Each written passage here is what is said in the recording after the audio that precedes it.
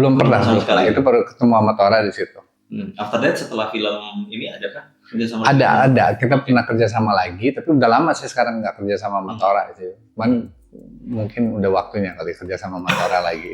Menarik gitu untuk to work with the same people again gitu ya, tapi at a different stage in life itu pasti menarik gitu ya. Maksudnya kayak misalnya Tora gitu kan, saya terakhir kerja sama Tora probably in the early 2000s gitu ya. Jadi ketika mungkin kerja sama dia lagi di sekarang mungkin would be interesting juga gitu.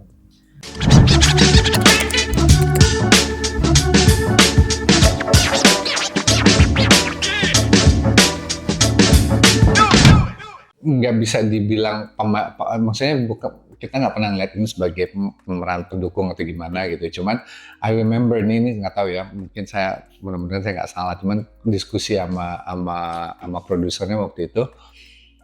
Ini kan road movie gitu ya, ada journey, dia ketemu si A, si B, si C, si D gitu, and then this journey itu akan menjadi mengisi si karakter utamanya.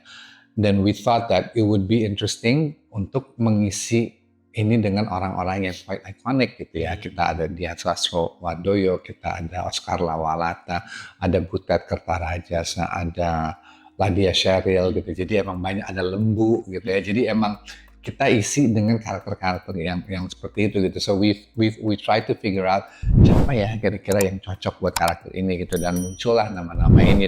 They did a great job gitu, semuanya bagus banget gitu untuk meranin peran-peran ini gitu. Itu sih.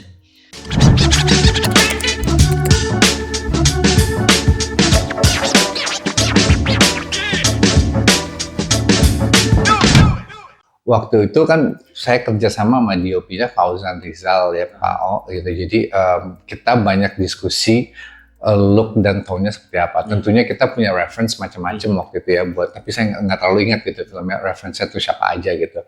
Cuma yang pasti since this is like filmnya ini kan sebenarnya dream-like feel gitu ya. Jadi yang saya diskusi sama Pak O adalah setelah adegan yang dia transisi dari ada sequence ballroom dancing ke atas, let's make that like a painting gitu. Saya ingatnya kayak gitu. Makanya kalau udah nonton filmnya gitu ya, di bagian yang dia melakukan perjalanan, warna langitnya beda, warna tone-nya beda gitu. Tapi yang sebelumnya tuh lebih natural gitu. Jadi itu yang saya tahu, yang saya paham dari treatmentnya seperti itu. Jadi sebenarnya it's like a hint bahwa is this journey real or not-nya tuh dari situ gitu. Karena kan ketika dia dalam perjalanan itu kan ketemu karakter-karakter yang unik, ketemu momen-momen yang unik kayak seperti orang unik. Jadi it's like creating universe yang ini real atau enggak, ini mimpi atau bukan gitu. Jadi itu yang saya tahu gitu dari menentukan tone dan cinematography atau palette-nya gitu. Kita mau coba lebih subtle tapi menggunakan warna. Dan ada juga yang kita menggambarkan menggunakan edit style gitu. Kayak misalnya ketika dia ketemu sama bapaknya itu, kalau misalnya saya nggak salah ingat ya, itu kan dia ngomong, terus ada yang ngomong di pantai, ada yang ngomong di rumahnya, ada yang di editnya tuh acak-acak gitu. Karena I feel that when it's a dream gitu kan, semakin lama kan semakin berantakan gitu kan cara ininya gitu ya. Jadi hal-hal seperti itu yang kita coba inject gitu di nuance filmnya.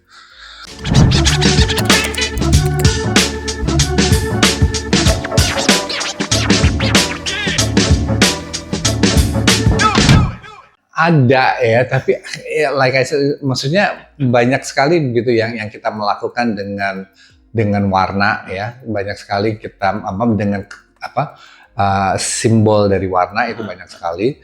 Terus juga dari dari cara kita framing pemainnya. Jadi banyak sih sebenarnya kalau misalnya diperhatiin lagi tuh sebenarnya sama dari moments yang dibangun gitu. If you notice gitu di sana pun juga ada sebelum transitionnya tuh ada tiba-tiba yang lagi di seminar, and then tiba-tiba jadi ballroom dancing kan semua satu seminar. Terus juga ada adegan yang di halte bis, kalau nggak salah di sebelah kanannya tuh ada orang yang lagi kayak dancing hip hop gitu atau gitu. Jadi there are so many things that you can see in the film gitu sebenarnya. that will apa yang sebenarnya emang diplanted untuk apa ya, supaya orang berpikir ini real untuk or not. ya untuk orang berpikir bahwa is this real or not ya gitu, hal seperti itu. Oke.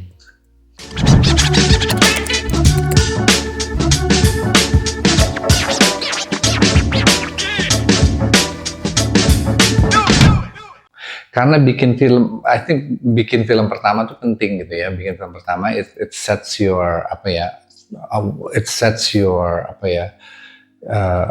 positioning sebagai what kind of filmmaker you are gitu ya. Jadi pas ketika saya dapat kesempatan untuk bikin film seperti Banyu Biru tuh, it kind of sets, okay, ini Teddy Suryatmaja, ini this is the kind of films that yang dia bikin gitu. Walaupun saya nggak terus-terusan bikin film seperti Banyu Biru gitu, tapi there's this, yang pasti kan kayak bikin film Banyu Biru tentunya buka kesempatan ya, maksudnya opens a lot of doors gitu untuk saya bikin film-film saya yang seterusnya gitu. Jadi itu sih yang saya ngerasain gitu, so I'm very grateful banget gitu kesempatan saya untuk bikin film pertama saya di bawah Salto Film sama Shanti Harmain dan kerjasama sama penulis seperti Raya dan Prima gitu. Jadi ya gitu, jadi itu sih bersyukur banget gitu bisa.